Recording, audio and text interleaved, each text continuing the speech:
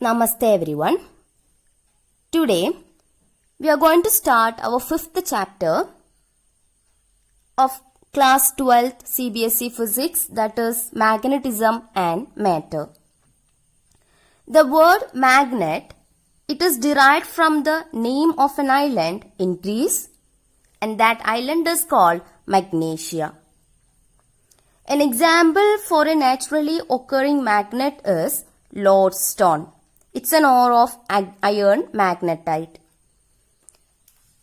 Some commonly known ideas regarding magnetism are: when a bar magnet, you are familiar with a bar magnet in the lab. So when a bar magnet is freely suspended, it points in the north-south direction, geographic north-south direction. The tip which points to the geographic north is called north pole of a bar magnet, and the tip which points to the geographic south is called the south pole of a bar magnet. So a bar magnet, it is a magnetic dipole. Two poles are there. Two poles are there. One is a north pole, another one is a south pole. So here I have colored the north pole with blue and the south pole with the red. Now you know that like poles repel each other and unlike poles attract each other. Like poles means similar poles. That is, when the north pole or when the north poles of two magnets are brought close together, there will be a repulsive force between them. The north pole of the first magnet is brought close to the north pole of the second magnet, then there will be a repulsive force between them. That means one will try to push the other away from it. Now, when one north pole of the one magnet is brought close to the south pole of the other magnet, there will be an attractive force between them. Unlike poles attract each other. That means the north pole of the first magnet, when it is brought close to the south pole, which is colored with this red one, then there will be an attractive force between them. Okay. We cannot isolate the north or south pole of a magnet. That is, I have a bar magnet here. This blue colored one, it is the north pole of the magnet. Okay, north pole of the bar magnet. And this red colored one, that is the south pole of the bar magnet. We cannot isolate the north pole of a magnet or south pole of a magnet. What does that mean? If we break this bar magnet, which has a north pole here and a south pole there, if we break this bar magnet into two equal halves, okay, for example, if it is of 6 centimeters in length, then 3 centimeter like that. Okay, we are cutting this bar magnet into two equal halves. Then we get two similar bar magnets with weaker properties. The strength will be quite less, but we will get two similar bar magnets. That is, you can see here, this bar magnet has a north pole here on the right hand side and the south pole here on the left hand side. Now when we cut this bar magnet into two equal halves like this, when we are cutting from here, we will get two another bar magnets. Okay, similar bar magnets. That is, you can see I am getting one bar magnet here and another bar magnet here. But you see this side, the right hand side of this magnet is north pole and this side has south pole. Similarly here, the right hand side has north pole, the left hand side has south pole. Okay, so we cannot isolate, that is, we cannot isolate south pole of a bar magnet, or we cannot isolate the north pole of a bar magnet. We will not get two magnets like this which has only south pole and only north pole like this. Okay, this is not possible. That is, if we break a bar magnet into two equal halves, we get two similar bar magnets with weaker properties. The strength will be, magnetic field strength will be quite less, but we will get two similar bar magnets. That means magnetic monopoles do not exist. That is, a magnet with only one pole that do not exist. A magnet with only one pole doesn't exist. Okay, and we can make magnets out of iron and its alloys. Then we know that our earth behaves like a magnet. We will discuss more about Earth's magnetism in this chapter, but in the coming videos. Now, we are going to discuss about magnetic field lines. Actually, you have studied about magnet, a bar magnet and magnetic field lines around a bar magnet in 10th standard. Okay, here you can see three figures. Then the first one, it shows the magnetic field lines of a bar magnet, and the second one shows the magnetic field lines of a current carrying solenoid, and the third one, it shows the electric field lines of an electric dipole. One positive charge is here and one negative charge is here, so it is an electric dipole. Now its magnetic field lines are drawn here. The magnetic field lines around a current carrying solenoid is drawn here, and the electric field lines for an electric dipole is drawn here. Now, the magnetic field lines of a bar magnet, the magnetic field lines form a continuous closed loop. Magnetic field lines of a bar magnet form continuous closed loops.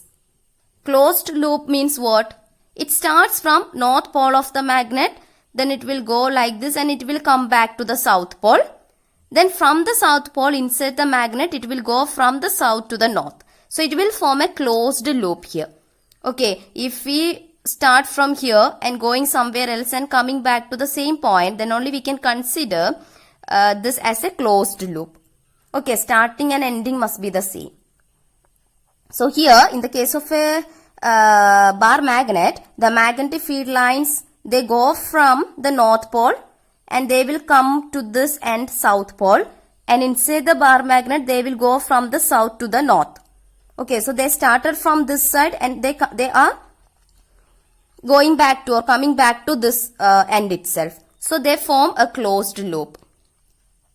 Similarly, the magnetic field lines of a current carrying solenoid also form continuous closed loop. Okay, they start from here, one end of that solenoid, and they will come back to the other end of the solenoid, and they will go to the this end itself. So they also form a continuous closed loops. But the field lines, these are not the magnetic field lines. Actually, these are electric field lines. The field lines of an electric dipole, they do not form a closed loop. Why? Because the field lines of an electric dipole, they begin from the positive charge. Okay, they begin from the positive charge and end on the negative charge. Okay, they begin from the positive charge and end on the negative charge. They never go back to the positive charge. Okay, only when they start from the positive charge and coming to this negative charge and going back to the positive charge, if a situation is like this, then only we can say that they form a closed loop. But here the situation is different from the magnetic field lines. Okay, the electric field lines of an electric dipole, they start from the positive charge. They begin from the positive charge and end on the negative charge. They never go back to the positive charge. So we can say that the field lines of an electric dipole, they do not form a closed loop. Okay, the field lines of an electric dipole begin from a positive charge. Okay, they begin from a positive charge and they end on the negative charge, or they escape to infinity. They never go back to the positive charge to form a closed loop.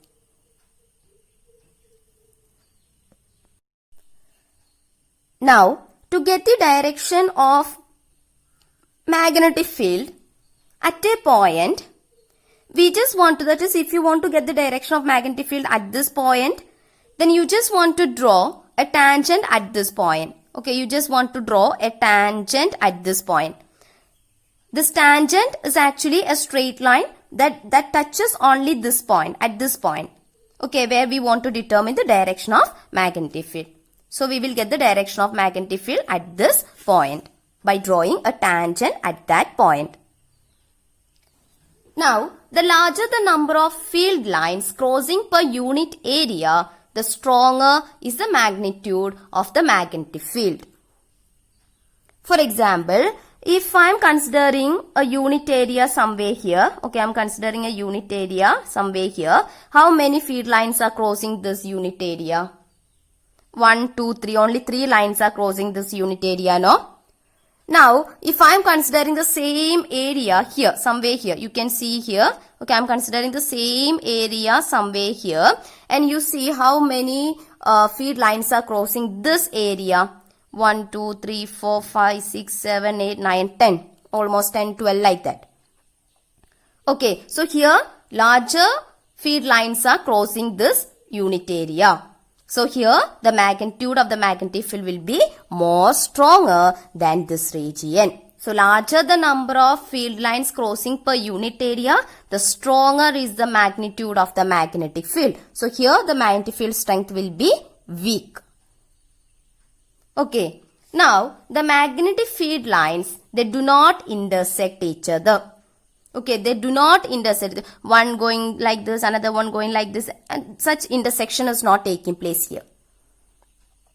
Okay, if they did intersect, because if they did intersect, there would be two directions for the magnetic field at a single point, which is not possible. So this is not possible actually. Okay, the magnetic field lines do not intersect, because if they did intersect, there would be two directions for the magnetic field at a single point, which is not possible. Okay.